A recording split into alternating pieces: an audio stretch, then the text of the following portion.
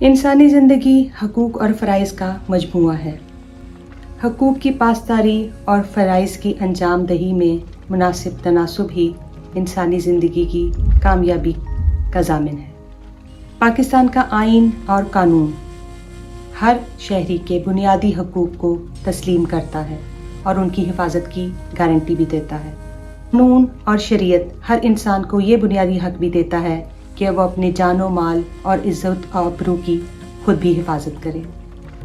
हमारी आज की कानून कहानी इसी मौजू पर बनाई गई एक बिल्कुल सच्ची कहानी है। तो आइए सुनते हैं आज की कानून कहानी किस्सा 2500 का। ये गालबन 2014 की बात है।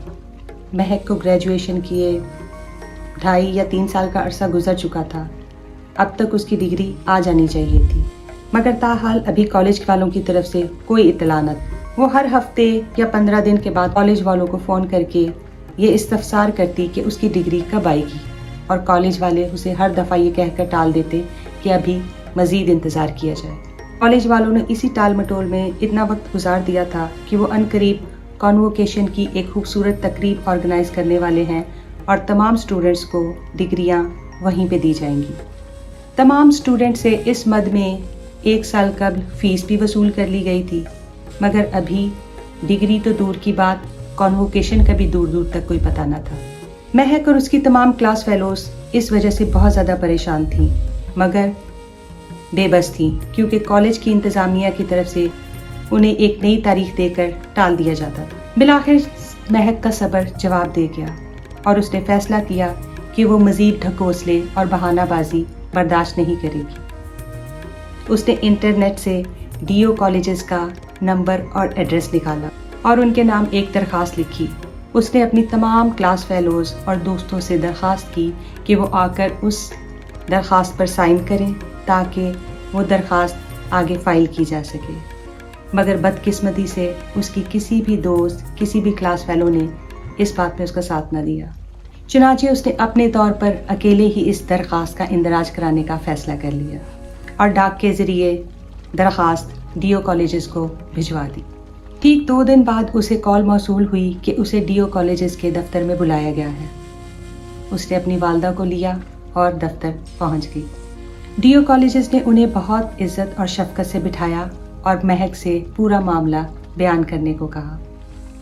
महक ने मिनोन तमाम वाक़या उनके गोश गुजार कर दिया और उन्हें बताया कि कैसे कॉलेज इंतज़ामिया इतने अरसे से उन्हें कॉन्वोकेशन का झांसा दे रही है और तारीख पर तारीख देती जा रही है, और इस सिलसिले में तमाम स्टूडेंट से पैसे भी वसूल किए जा चुके हैं। तो बेटा फिर आप क्या चाहती हैं? डीओ साहब ने निहायत शफकत से महक से पूछा। सर, मुझे अपने पैसे वापस चाहिए, महक ने एक मजबूत लहजे के साथ कहा। ठीक है, रकम कितनी है?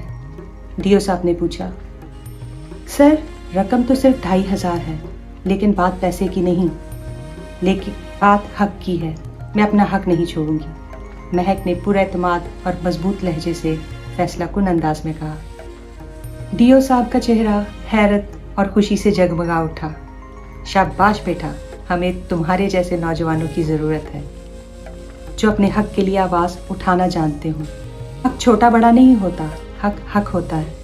अगर तुम जैसे नौजवान अपने हक के लिए डटने लगे तो हमारे मुल्क से हक मारने वालों और जालिमों का नामो निशान भी मिट जाएगा। ये कहकर उन्होंने शफकत से महक के सर पर हाथ फेरा और उसे ये तसल्ली देकर रुखसत कर दिया कि उसकी दरख्वास्त पर फौरी तौर पर अमल दरामद किया जाएगा। ना सिर्फ ये, बल्कि उसे तमाम कार्रवाई से बाखबर भी रखा जाएगा। महक बहुत पुरुम्मीद और खुशी खुशी वापस आ गई। ठीक 2 दिन बाद उसे दोबारा डीओ साहब के ऑफिस से कॉल मौसूल हुई। उनका पीए बता रहा था कि कॉलेज के प्रिंसिपल और उनके इंतज़ामिया के हेड को ऑफिस में बुलाया गया और उन्हें यह हिदायत दी गई कि या तो वो कॉन्वोकेशन की क्लियर डेट दें या महक के पैसे वापस करें, बसूरत दीगर उन्हें सख्त नताइज का सामना करना पड़ेगा। इससे अगले ही दिन कॉलेज की इंतज़ामिया ने महक को कॉलेज बुला लिया। महक की वालदा ने साथ चलने के लिए इसरार किया तो महक ने यह कहकर इनकार कर दिया कि मैं अकेली उनको फेस कर सकती हूँ, और ये कहकर वो अकेली कॉलेज जा पहुँची।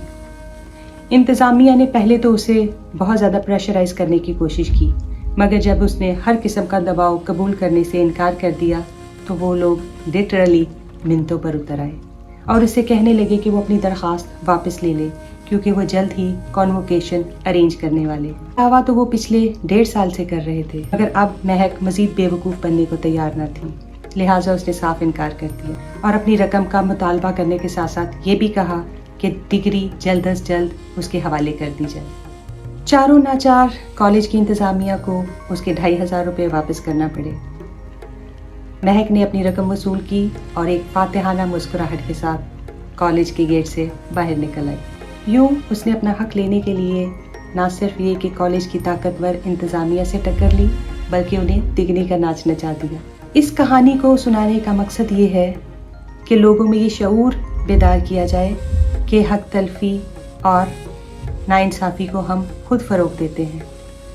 اگر اس بیماری کو شروع ہی سے پکڑ لیا جائے تو اس کی بے خونی ممکن ہے۔ اپنے بچوں میں یہ شعور پیدا کریں کہ وہ اپنے حق کے لیے آواز اٹھا سکیں، کیونکہ اگر آج وہ اپنے لیے آواز اٹھائیں گے تو ہی وہ کل کسی اور کے لیے آواز اٹھانے کے قابل ہو سکیں گے۔ ہماری آج کی قانون کہانی آپ کو کیسی لگی؟ کمنٹ باکس میں اپنی رائے کا اظہار ضرور کیجیے گا، اور آیا کہ اس سے آپ کو کوئی موٹیویشن ملا؟ ہمیں ضرور بتائیے گا، اور عنقریب انشاءاللہ ہم آپ کی ملاقات مہک سے بھی کروائیں گے۔ تو ہمیں اجازت دیجیے، اپنا بہت خیال رکھیے گا، لائک اور کمنٹ کرنا نہ بھولیے گا، اور ہاں بیل آئیکن کو ضرور دبائیے گا تاکہ ہمارے آئندہ آنے والے کسی بھی ایپیسوڈ کو آپ مس نہ کر سکیں۔ جزاک اللہ خیر۔